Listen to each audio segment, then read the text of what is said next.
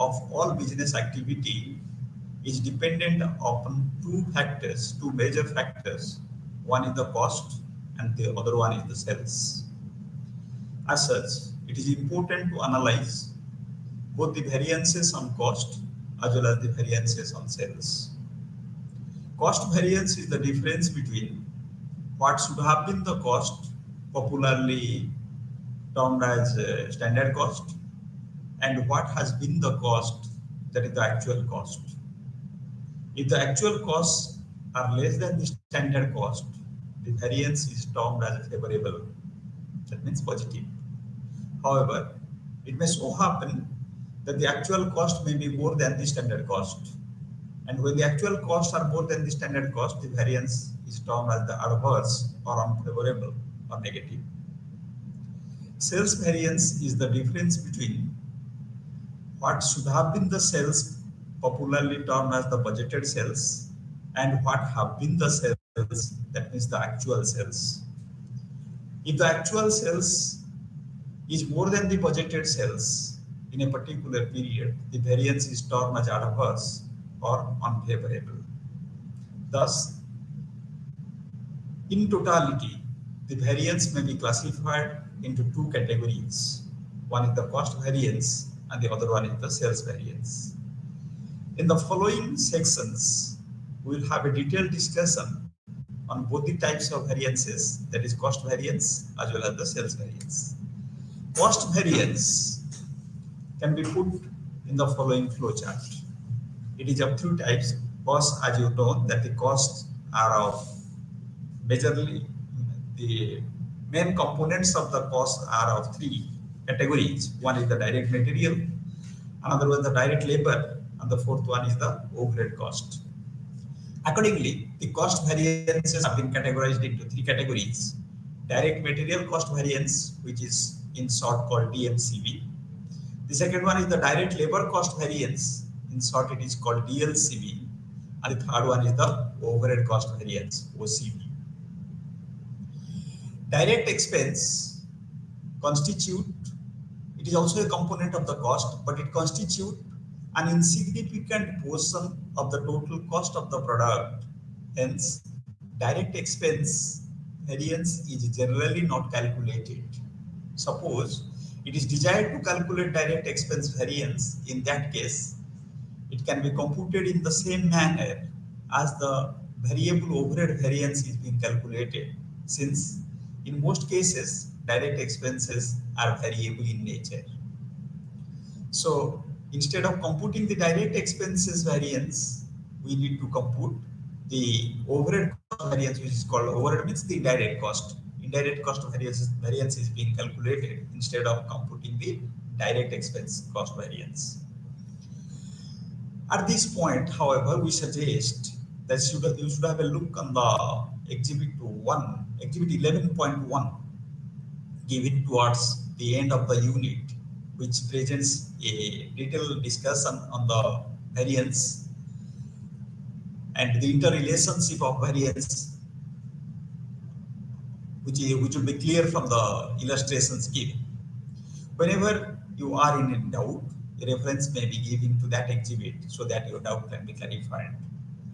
In the course of discussion in this unit, you will find the abbreviations, the major abbreviations which are frequently used in this session. They are given as under. The different major abbreviations used in this topic are DMCV, that means direct material cost variance. The second one is DMPV, direct material price variance. The third one is DLCV, direct labor cost variance. Next one is DLRV, direct labor rate variance.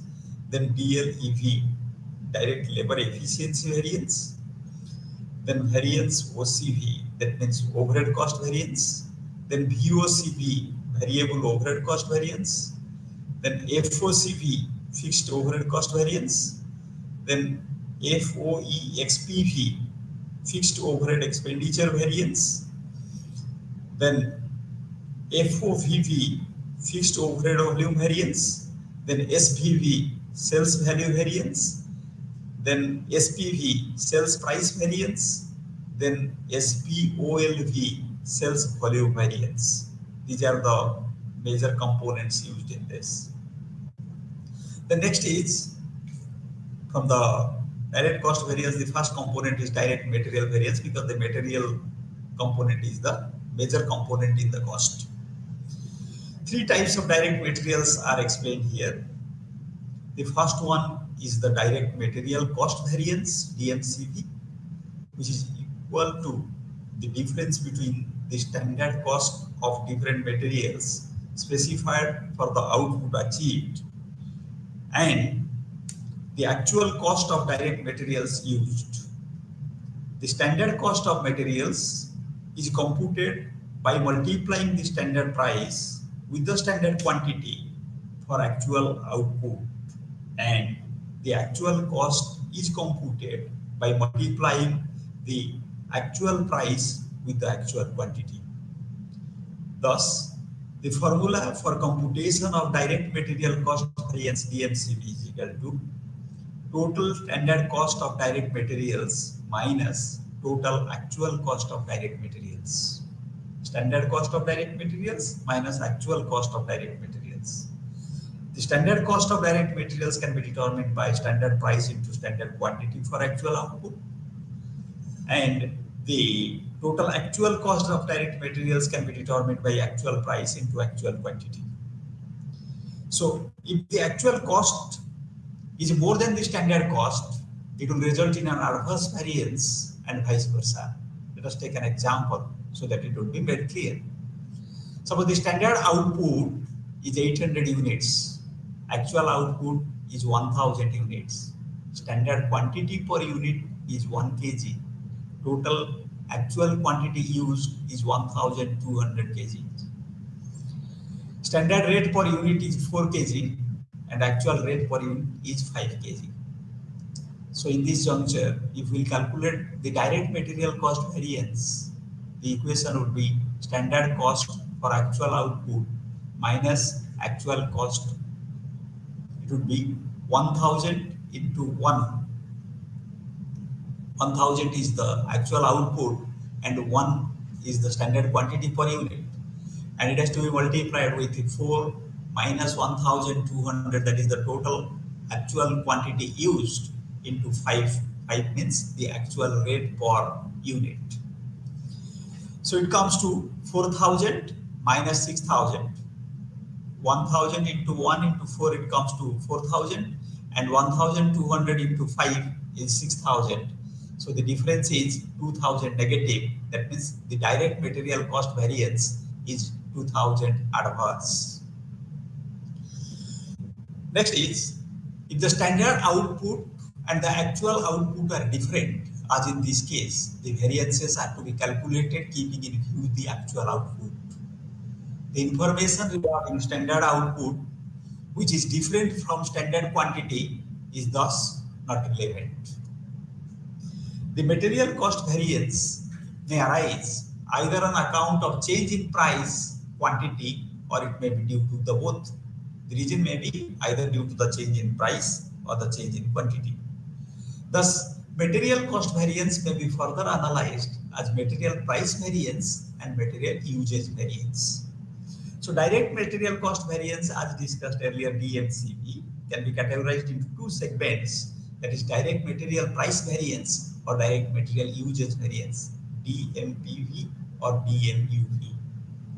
Direct material price variance is concerned with that portion of the direct material cost variance which is due to the difference between the standard price specified and the actual price paid. Formula for computation of direct material price variance is equal to total quantity into standard price minus actual price. Standard price and actual price, the difference of standard price and actual price has to be multiplied with the actual quantity to find out the direct material price variance, that is DMPV. If the actual price is more than the standard price, the variance would be adverse, and in case the standard price is more than the actual price, it would be in a favorable position, that is called the variance would be favorable. The material price variance based on the figures given in the example will be computed as under. DMPV, that means direct material price variance, would be, that is 1200 into 4 minus 5. That means standard price is 4 and actual price is 5. So the difference in price is 1. When it is multiplied with 1200, the actual quantity, that would be 1200 adverse. The reason for price variance may be as under. There are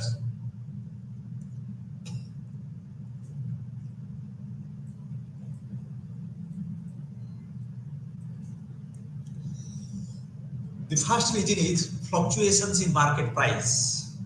If for a particular product the market price is fluctuating, then it may lead to direct materials price variance. The second reason is market trends may bullish or bearish. That means in case of capital market, if there is sizable fall or rise in the pricing of the product, then it will result to the material price, direct material price variance. The third reason is increase or decrease in prices on account of agreement between various suppliers or on account of government intervention.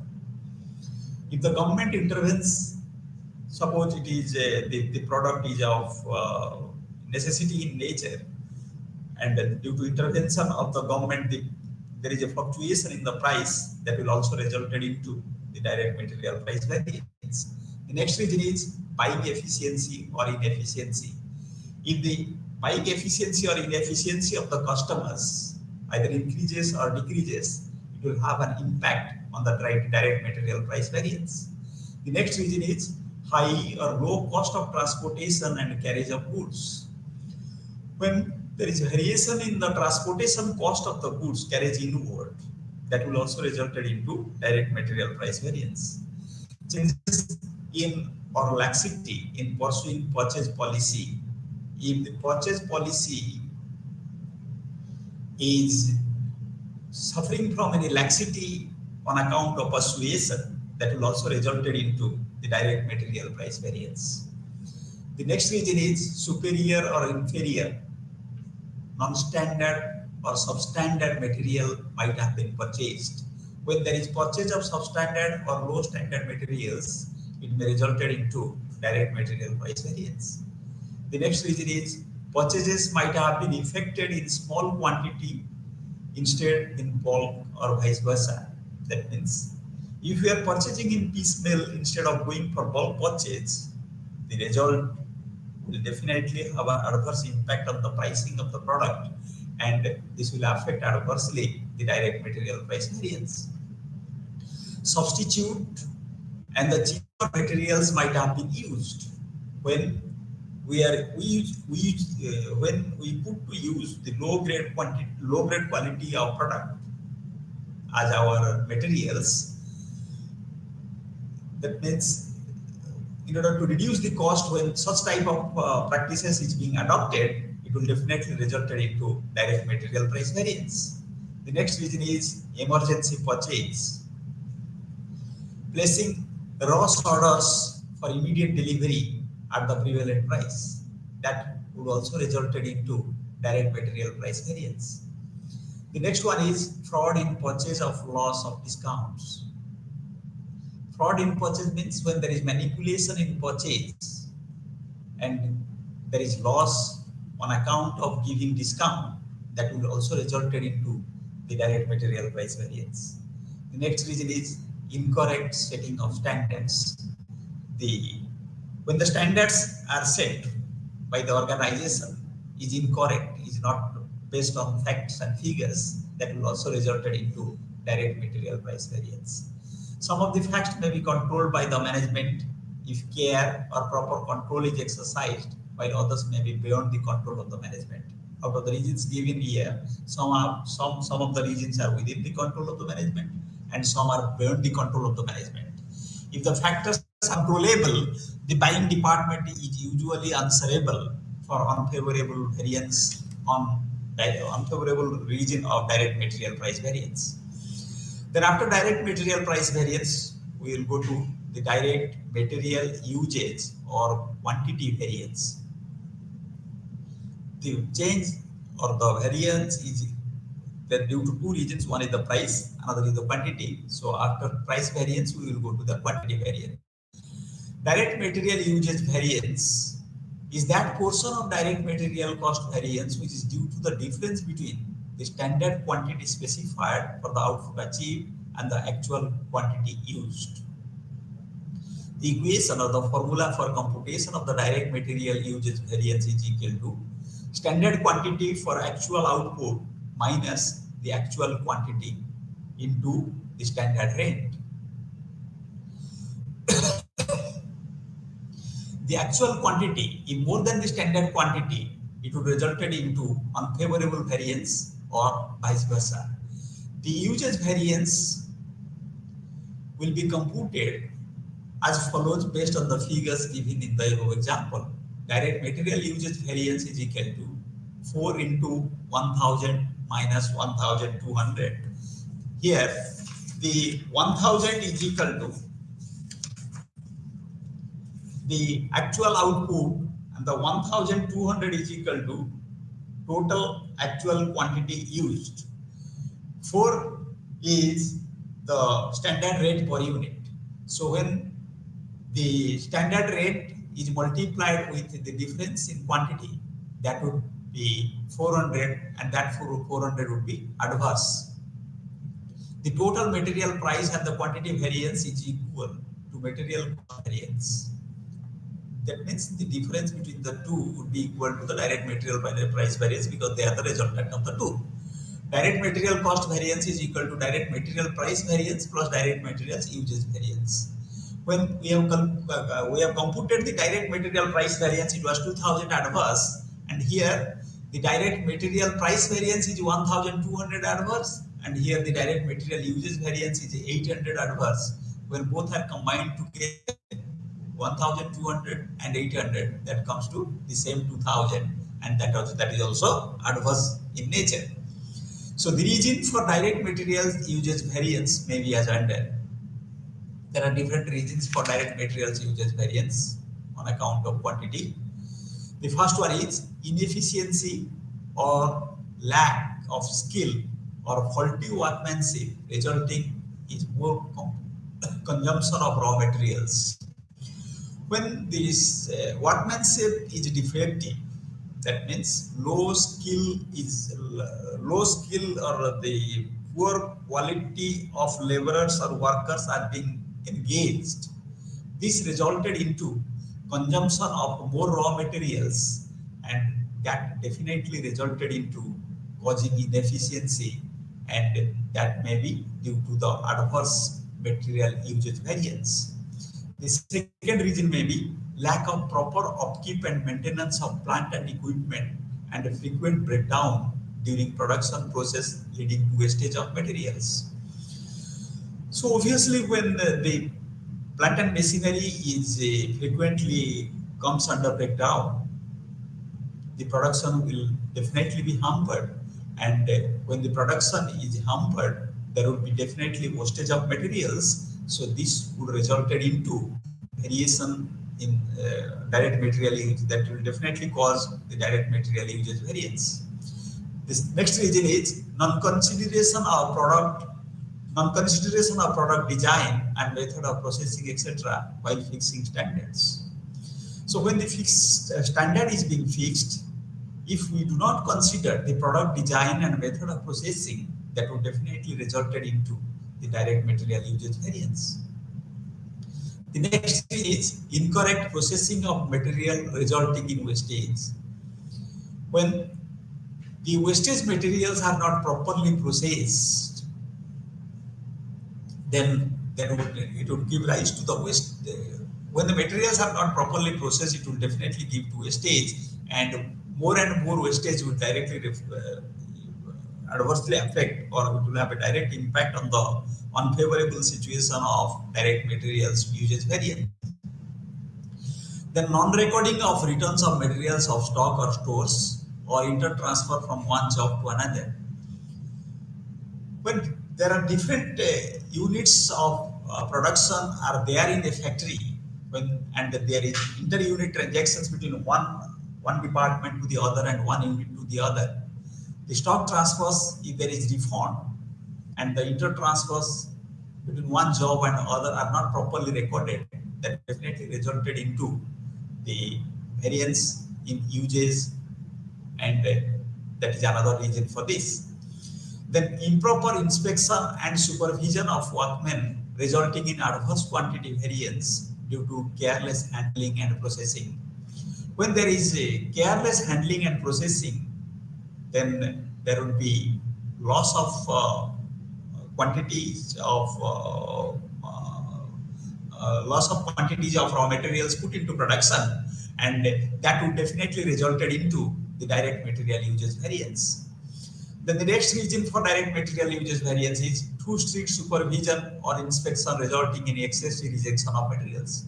When the management is so strict on the laborers, on the workers, then out of scarcity, out of scaredness, they may commit blunders, and this may result into excessive rejections of materials.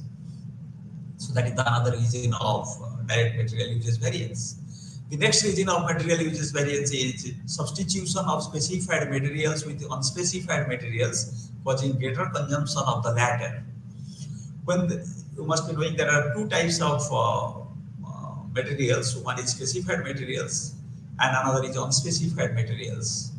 When unspecified materials are consumed more and more than the specified materials, then it may result into direct material price variance, and the probability of the uses variance cannot be ruled out under the circumstances.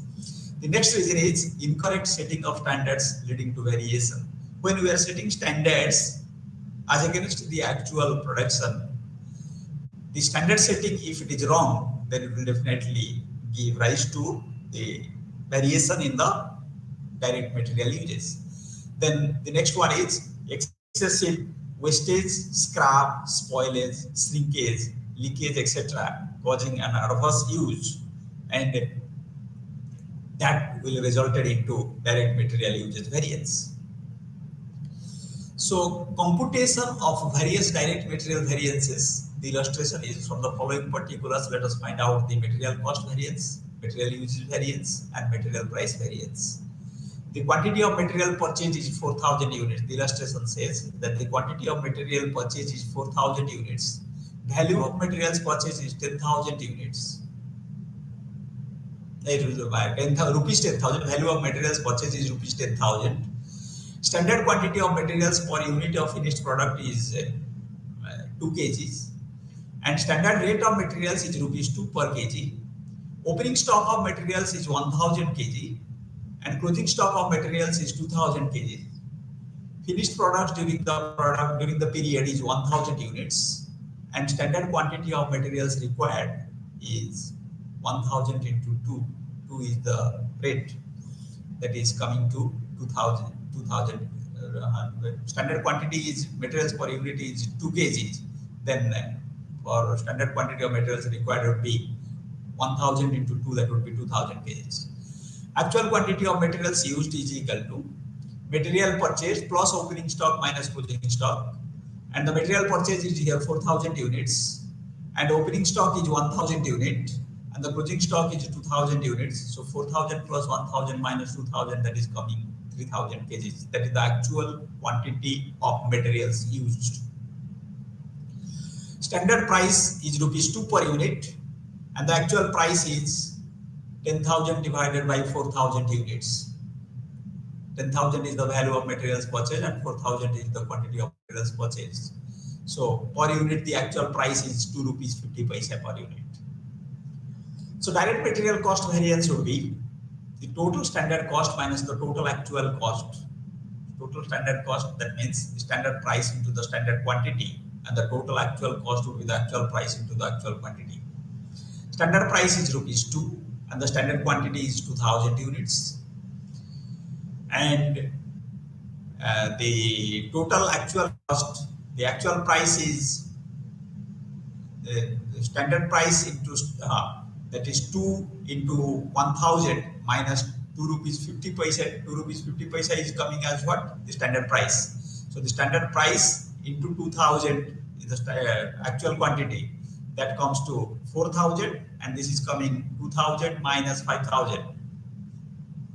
Since the minus symbol is there outside the bracket, it is coming minus 7,000. So 4,000 minus 7,000, that is coming 3,000 as adverse. So here the direct material cost variance giving a result of adverse figure of rupees 3,000.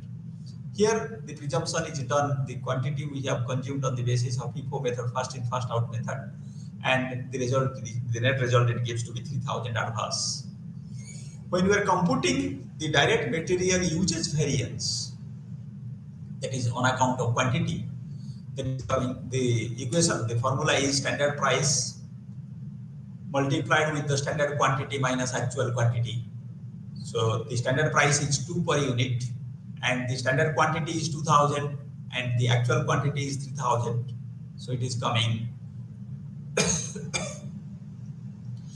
2,000 into minus 1,000, that is the standard price, and when that is multiplied with 2,000 is multiplied with minus 1,000, it gives an adverse result or a negative result of 2,000. So the direct material usage variance is adverse 2,000. Let us now calculate the direct material price variance, which is another component of the direct material cost variance, price and quantity. The quantity variance gives a result of 2,000 advance, and the price variance, when it is calculated, the actual quantity into standard price minus actual price. So 1,000 is the actual quantity, 2 minus 2, and plus 2,000 into 2 rupees minus 2 rupees 50 paisa. So the result is 1,000 adverse. So the direct material price variance is 1,000 adverse, and the direct material usage variance is 2,000 adverse.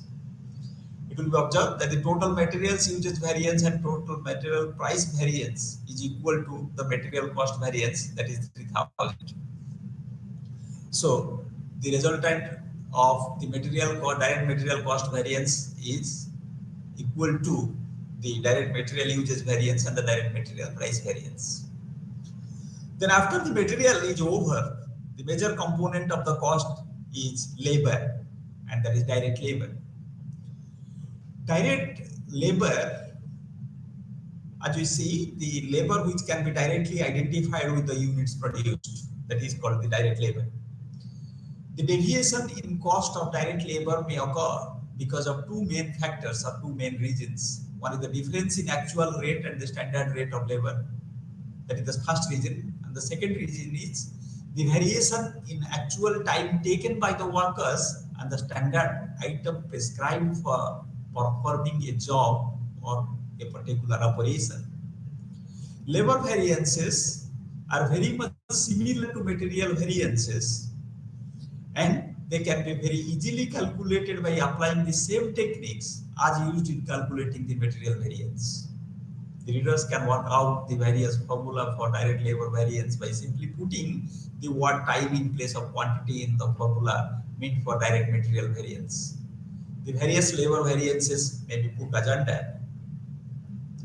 The first one is, it is the difference between the standard direct wages specified for the activity achieved and the actual direct wages paid for the particular purpose.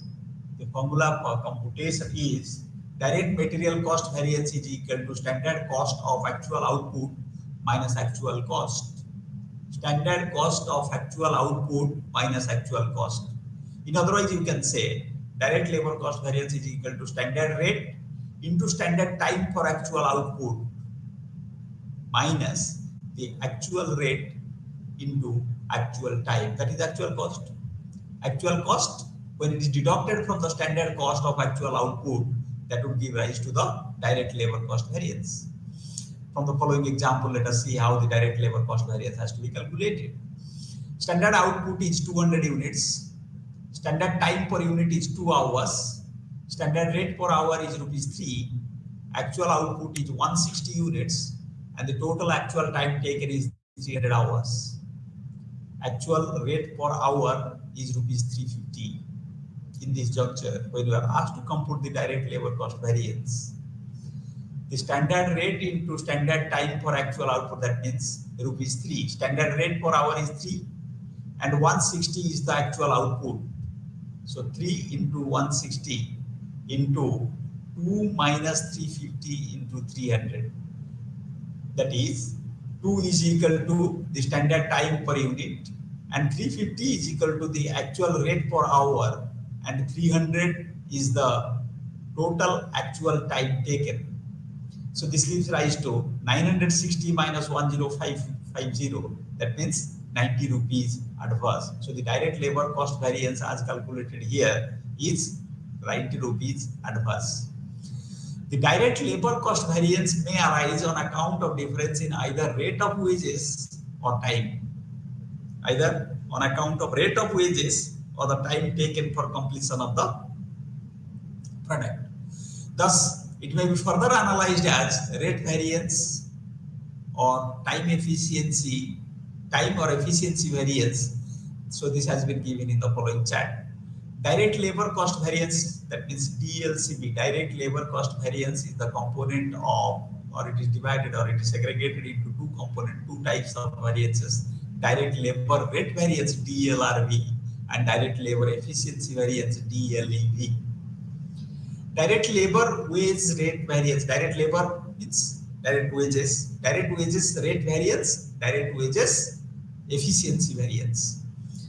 It is that portion of the direct labor which is due to the difference between the standard and the specified rate of pay and the actual rate paid for laborers for a particular job. Formula for computation of direct labor rate variance DLRV is equal to actual time into standard rate minus actual rate. So when actual time taken, it is when the same is multiplied with the standard rate minus actual rate, this will give rise to the direct labor rate variance. If the actual rate is higher than the standard rate, it shall result into an unfavorable variance, or vice versa. If the reverse is true, then it will be favorable position. So based on the figures given in the above illustration, let us calculate the direct labor rate variance. Here, the 300 hours, if you look to the actual time is 300 hours and the standard rate is rupees 3 and the actual rate is rupees 350. So the difference in the rate is coming to minus 50 paise. When that is multiplied with 300 hours, that gives an adverse result of rupees 150. So the direct labor rate variance is coming to be 150, and that to adverse. The reason for direct labor variance is, the first one is it may be on account of deployment of more efficient and skilled workers, giving rise to higher payment. When we are engaging more efficient workers, obviously we need to make more payment of wages to them, and this may be one of the reasons for direct labor rate variance. Higher payment due to shortage of availability of labor. When there is constant of labor in the factory, then obviously they will have to pay more to the laborers for completion of the work, and that may resulted into direct labor rate variance. The third reason is lesser payment due to abundant availability of labor or high competition among them for employment. If the flow of labor is more, then obviously the management would be in a position to make a bargain with them, and the labor force can be utilized with a lesser payment, and that would also result into the variation in the direct labor rate. The next reason is employment of unskilled laborers causing lower actual rate per pay. That means when you are engaging the workers who are not having any experience, then what will happen? We can engage them, or we can do our work with lesser payment, and that will also result into a variation in the direct labor rate. So the variance will be calculated accordingly. The next is extra shift allowance to workers or overtime allowance for work done after normal hours, leading to higher wages. Overtime normally it is paid at twice the normal rate. So when due to execution of the work on priority basis. If overtime is being offered to the workers, then obviously the labor cost would be more and more. And on that juncture, the direct labor rate variance would be definitely adverse. Then high pieces rate for better quality production. That means when we are doing our production on piece rate basis, and in order to produce quality product, when we are offering high piece rate, then what will happen? It will definitely cause or result into the direct labor rate variance. The next reason is change in the system of wage payment. That means from time wages to piece wages, or from piece wages to time wages. When there is a variation in the change in the system of wage payment, that will also result into the direct labor rate variance. The next reason is change in wage rates, probably due to revised agreement with the labor union. When the management entered into agreement, fresh agreement with the trade unions, then obviously there would be higher wage rate to be given, higher facilities to be provided to the workers and to the laborers, and that is the reason why there would be a variation in the direct labor rate. The last reason is higher rate during seasonal or emergency operations. So when there is a constraint in the hands of the management that the desired amount of output has to be produced on a deadline basis within a specified period, then obviously we need to gear up the labor force, and for that we may pay the high rate to the workers, and that may be another reason causing direct labor rate variance. So these are the reasons for variation in the direct labor rate. Then after direct labor rate, the next one is the direct labor efficiency variance, which is another cause of direct labor cost variance. There are two components: direct labor cost variance and direct labor rate variance. So after direct labor rate variance, let us come to discuss about direct labor efficiency variance. It is the portion of the direct labor variance which is due to the difference between the standard labor hours specified for the activity achieved and the actual activity. Actual time spent for the labor. So formula for computation of the direct labor efficiency variance is labor efficiency variance is equal to standard rate into standard time minus actual time for actual output. So based on the figures given in the same illustration, the labor efficiency variance will be computed as follows. Labor efficiency variance is equal to the standard rate, which is 3, given in the earlier illustration, that is 3, and the standard time is 320 hours, and the actual time for actual output is 300 hours. So this is coming 20 into 3, 60, that is favorable. So the labor efficiency variance is favorable 60. It will be seen that the work has been finished with 150 hours compared with 160 hours. So the standard time set for the production is like this. So this could be attributed to the efficiency of the workers when low time is being consumed for production. So that is why the variance is low as the labor efficiency variance. The sum of labor rate variance and labor efficiency variance is equal to total labor cost variance. It is 60 favorable, and that was 30 favorable, and it was it was 60 favorable and 150 adverse.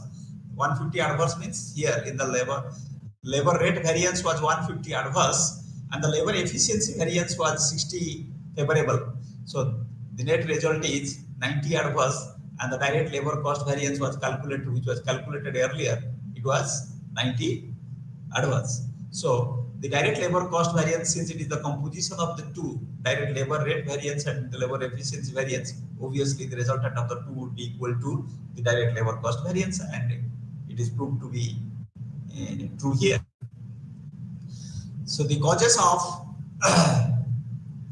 labor efficiency variance are as follows. The first one is defective or bad materials. When the materials, the quality of the materials are not good, either they are defective or they are of low quality, then it will definitely result into labor efficiency variance. The second one is breakdown of plant and machinery. When there is frequent breakdown of plant and machinery, this may result into idle labor, and this will cause the labor efficiency variance. The third reason is failure of power. When there is failure of power, obviously the plant will be shut down, and there the laborers will spend their idle time, and this will definitely result into labor efficiency variance. The next one is efficient working of the laborers and fuller utilization of time due to incentive scheme. When the management, in order to ensure the efficiency of the workers, it increases the incentive to the workers and to the laborers. It may cause higher production with lower time, and this may result into labor efficiency variance. The next reason is loss of time due to delayed instructions from management or delay in receipt of raw materials.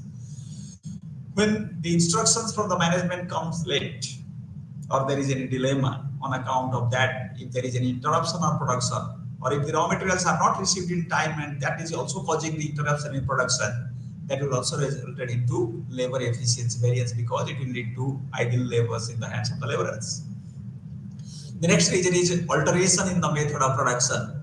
When there is change of production from one product to the other, then there may be a time lag between one production and the other, and on account of that, there may be loss of labor and wastage of labor due to idle time, and this will also result into the labor efficiency variance. The next one is more time taken by workers due to lack of proper supervision and control by the management, making the workers lazy and inefficient.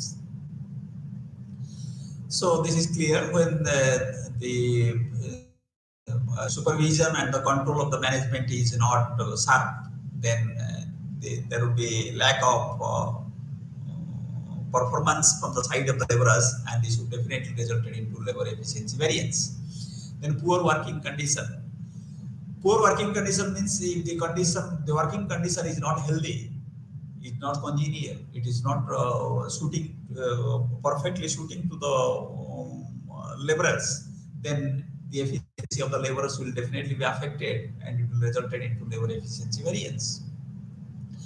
Next one is lower productivity due to lack of training, ability or experience on the part of the workers. If the workers are new, they do not have sufficient experience, they do not have sufficient training to execute the work, then what will happen? Definitely their performance would be poor, and when the performance of the laborers are poor, that will definitely result into labor efficiency variance. The last reason of labor efficiency variance is labor turnover or changeover of workers from one operation or process department to another. When there is change of laborers, that means if there is frequent labor turnover, the laborers are quitting the organization and new laborers are coming, or there is change of one set of laborers from the one department or from one operational activity to the other, that will also result into the idle time, and on account of that, there will be a variation in the labor efficiency. So these are the reasons for labor efficiency variance. Then computation of labor variances. From the following details, calculate the labor variances. We can skip over this because it is already discussed. Then overhead variance. The next component is, after the direct material is over, the direct labor is over, the next one is overhead variance. Overhead means indirect expenses. The term overhead includes indirect materials, indirect labor, and indirect expenses. The term overhead includes indirect material, indirect labor. There are three components of indirect expense or overheads. That is indirect material, indirect labor, and indirect expenses. Overheads may relate to factory, office, or selling and distribution departments. However, for the purpose of variance analysis, we can broadly divide the overhead cost variance into two categories, that is shown below. One is variable overhead cost variance and fixed overhead cost variance, VOCV and FOCV. Each of these variances are discussed below. Overhead cost variance or OCV. It is the difference between the standard overheads for actual output, that is recovered overheads, and the actual overheads. The difference between the two would be regarded as the overhead cost variance. It is the total of both fixed and variable overhead variances. Overhead cost variance is equal to recovered overheads minus actual overheads.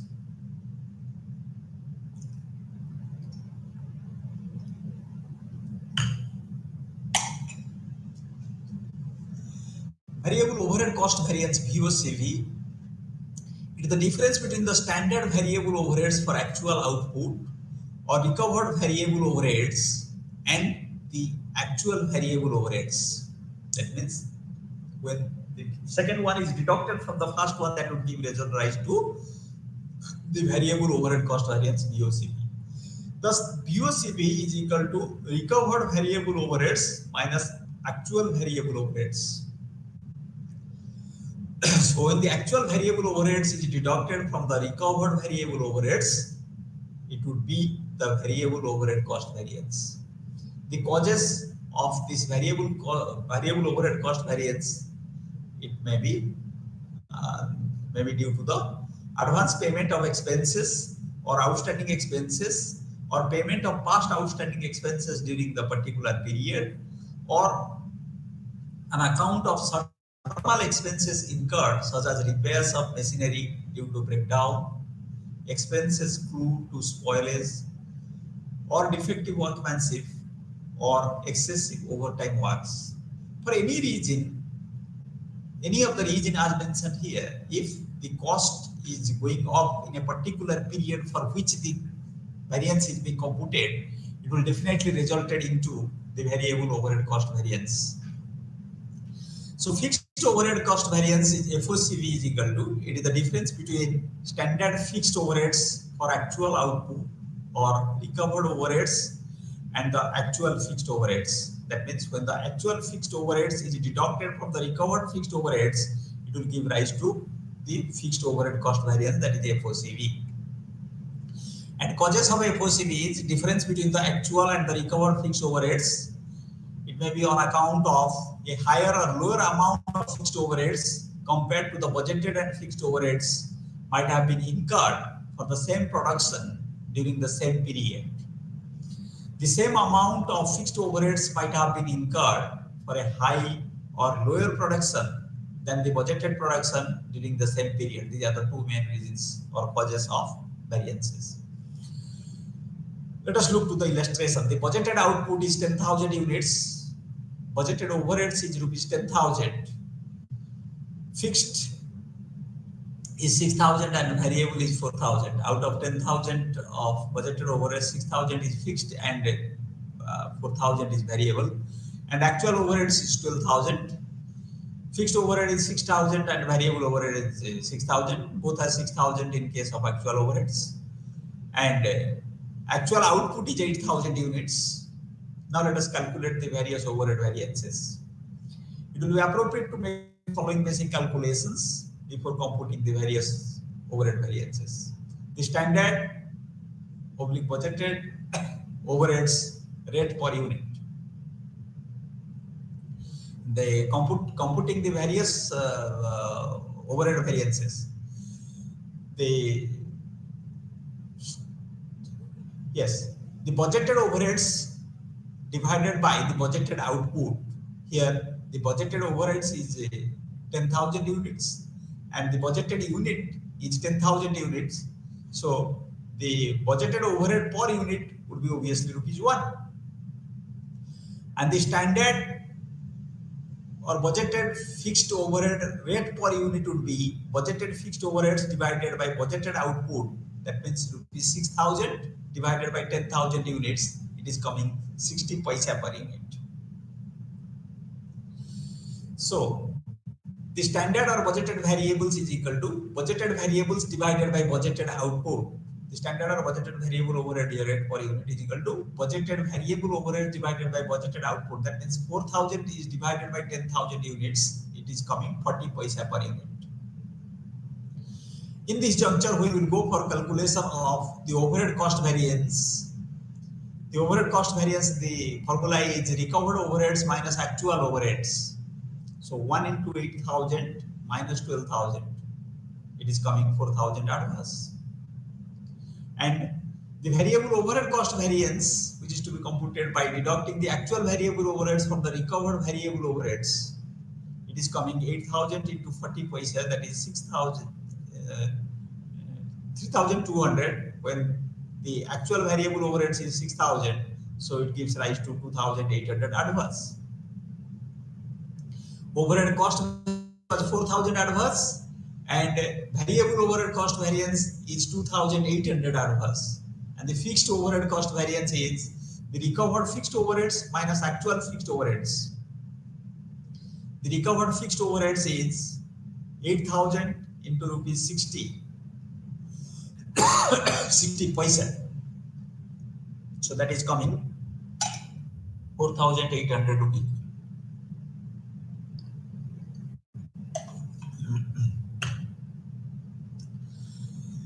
And when that is deducted from 600, it is 1,200 adverse.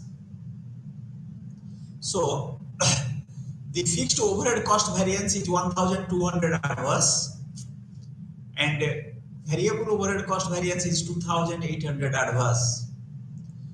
When both are mixed together, it gives rise to the overhead cost variance that is coming 4,000 adverse. It is 1,200, and that was 2,800. Combinedly, it is resulting into the overhead cost variance, and the overhead cost variance is 4,000. Then fixed overhead variance may be classified as shown in the following chart. Fixed overhead cost variance may be of two types: fixed overhead expenditure variance and fixed overhead volume variance. Fixed overhead expenditure variance and fixed overhead volume variance. Fixed overhead expenditure or budget or controllable variance. It is the variance is due to the difference between the budgeted fixed overheads and the actual fixed overheads and the actual fixed overheads incurred. So fixed overhead expenditure variance is equal to budgeted fixed overheads minus actual fixed overheads. That means when actual fixed overheads is deducted from the budgeted fixed overheads, it is the fixed overhead volume variance. Fixed overhead expenditure variance, right? Accordingly, when we go for calculation of the fixed overhead volume variance FOVV, the variance arises because of the difference between standard and the actual output, resulting in under or over recovery of fixed overheads. It is therefore the difference between the variance. It is therefore the difference between the overheads observed on actual output, that means the recovered overheads, and those of the budgeted output or the budgeted overheads.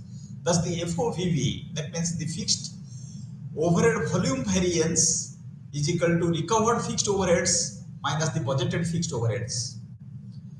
Let us take the example from the illustration 11.5. Calculate the fixed overhead expenditure variance and the fixed overhead volume variance based on the data given on this earlier illustration, that is 11.3. The budgeted fixed overheads, the budgeted fixed overheads minus the actual fixed overheads, that is the 6,000 minus 6,000, that would be 0. And the fixed overhead volume variance is the recovered fixed overhead variance minus the budgeted fixed overhead variance, budgeted fixed overheads, that is 4,800 minus 6,000, it is adverse 1,200. When you go for verification of the fixed overhead cost variance, that is the fixed overhead expenditure variance, that is plus the fixed overhead variable variance, that is 1,200 negative, and that is or adverse, and that is 0. So it is 1,200 adverse. So this is about the overhead variances. Then next one is the sales variance. Sales are affected by two factors, that is the selling price and the quantum of sales. The variation in the standards set and the actual for the purpose may be mainly due to the changes in the market trends, because the market trend is the major factor in determining the variation in the sales. Usually, if the selling price increases, the volume of sales will be lower than the standard. It is due to the demand and supply factor.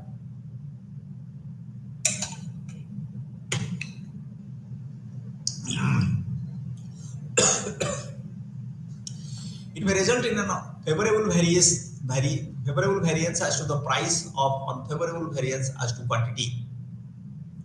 It is to be borne in the mind that higher price here is to be viewed as a favorable or higher price paid for the material to cause an adverse variance, and the lower volume of sales is to be viewed as unfavorable. In case of materials, it is the other way around.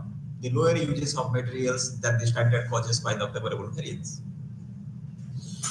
It is well known that the demand and supply position of the market decide the quantity of sales and the selling price, because it is the law of demand.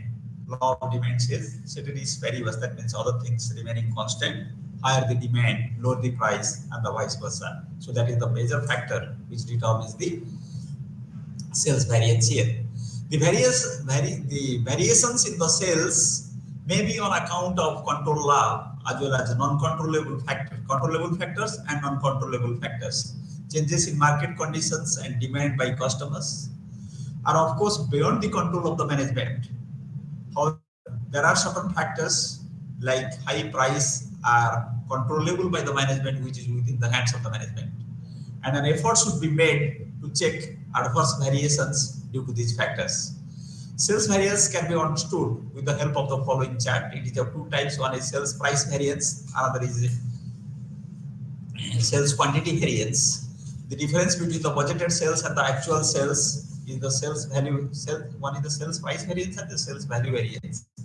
Here there is a printing mistake. So the formula for sales value variance is the budgeted sales minus the actual sales. And when the actual sales is more than the budgeted sales, the figure is favorable. And in case the opposite, the figure is unfavorable or adverse. The difference in the value on account of difference in price or volume in sales, which is therefore analyzed in the sales variance. Sales actual quantity sold, if it is multiplied by the standard price minus actual price, it will be the sales price variance. That means sales price variance is equal to standard sales minus actual sales. And sales volume variance can be calculated by the standard price when it is multiplied by the budgeted quantity minus the actual quantity. That means sales volume variance is the resultant of the budgeted sales minus the standard sales. So this is all about the standard costing or the variance analysis, which is otherwise known as the analysis of variance in detail. Thank you.